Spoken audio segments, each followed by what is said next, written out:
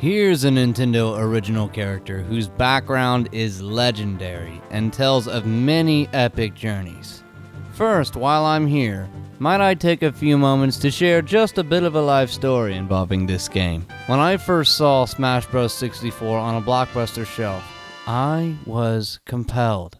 I saw the box cover and noticed Mario, Pikachu, and an oddly goofy looking Link.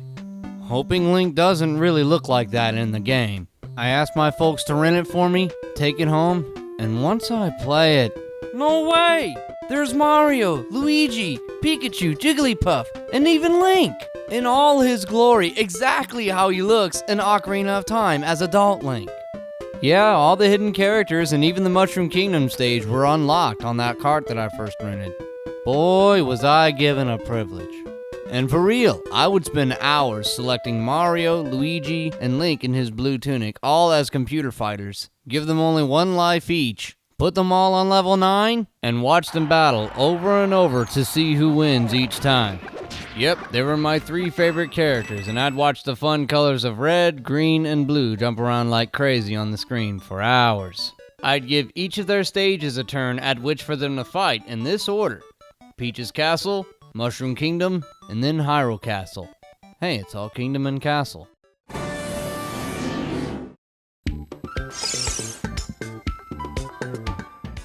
The N64 Zeldas were actually a huge part of my childhood. I have not discovered the older Zeldas until a few years after I first played and really got into Ocarina of Time. My first Zelda game, luckily, since that's the adult form of Link there in Smash Bros. Who I recognized.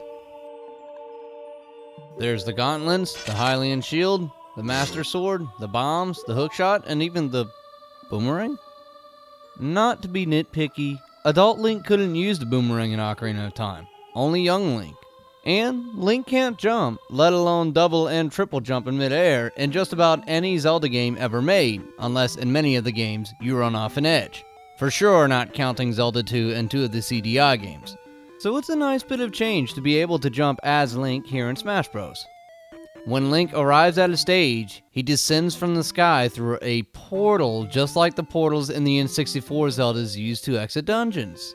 When more than one player plays as Link, and when he's in different color teams in team battles, each form of Link can be identified via different colors of his tunic that are indeed in Ocarina of Time, and in that game give Link different abilities. Except, what the?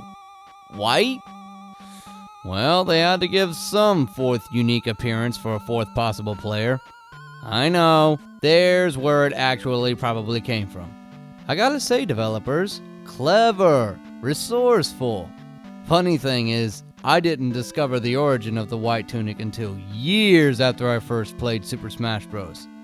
I say the developers did a pretty nice creative job on Link's appearance in Smash Bros. What kinds of items do we have from Zelda that all characters in Smash Bros. Can use? Well, the only one I see is the heart container. What does it do in the Zelda games? Adds to the capacity of your health gauge and completely recovers your health. And in Smash Bros? Takes your damage percentage all the way back down to 0, which would be the Smash Bros. Equivalent since there are no health gauges in Smash Bros. 64, unless you count Master Hand's amount of stamina. But there's no way for him to use a heart container since items don't even appear when fighting him. And there's something I ought to have mentioned in my Mario segment of character accuracy. Whose hand or glove does that look like?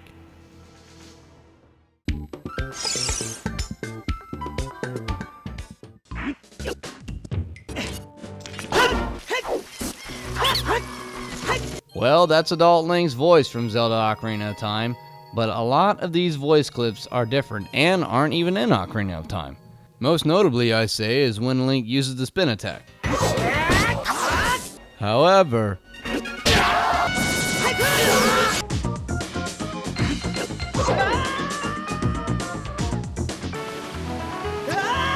when he gets hurt and is screaming in fear, it's the same. Yay! Nitpicks.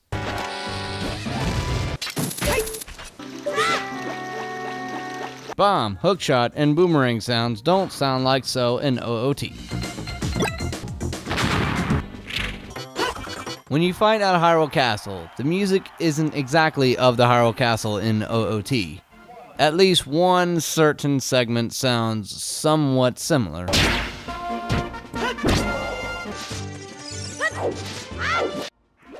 But the tune is definitely an N64 rendition of the original Legend of Zelda theme heard in many, many Legend of Zelda titles, if not all of them, including as far back as the series' NES debut in 1987.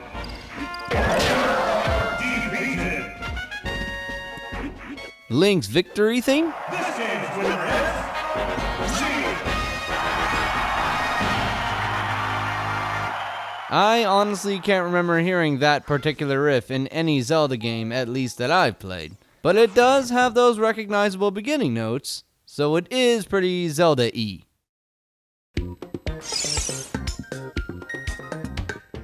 The Hyrule Castle stage is definitely a medieval castle, though the layout makes it more as though you are on the roof of a castle. In the background, you'll see trees, valley, houses. I say it's not really any replica of Zelda OOT geography.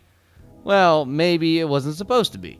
These houses over here, you could maybe say are of Kakariko Village. But why would that village be behind the castle when, according to this map, Kakariko Village is southeast of the entrance of Hyrule Castle?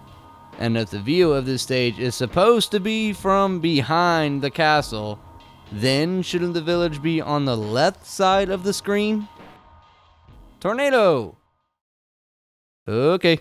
And actually, to begin with him being Adult Link here, should the castle have looked more like this?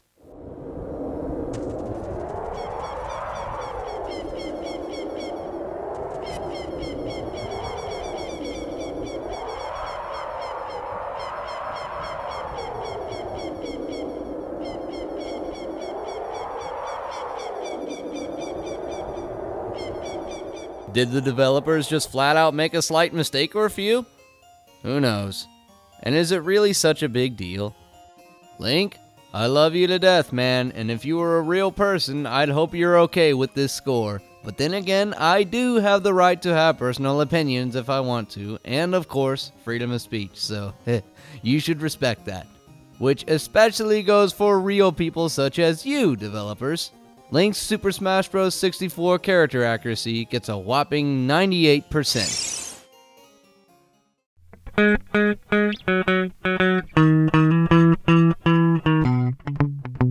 Looking through a window, seeing where it is I stand. One may call it too much, others may call it bland.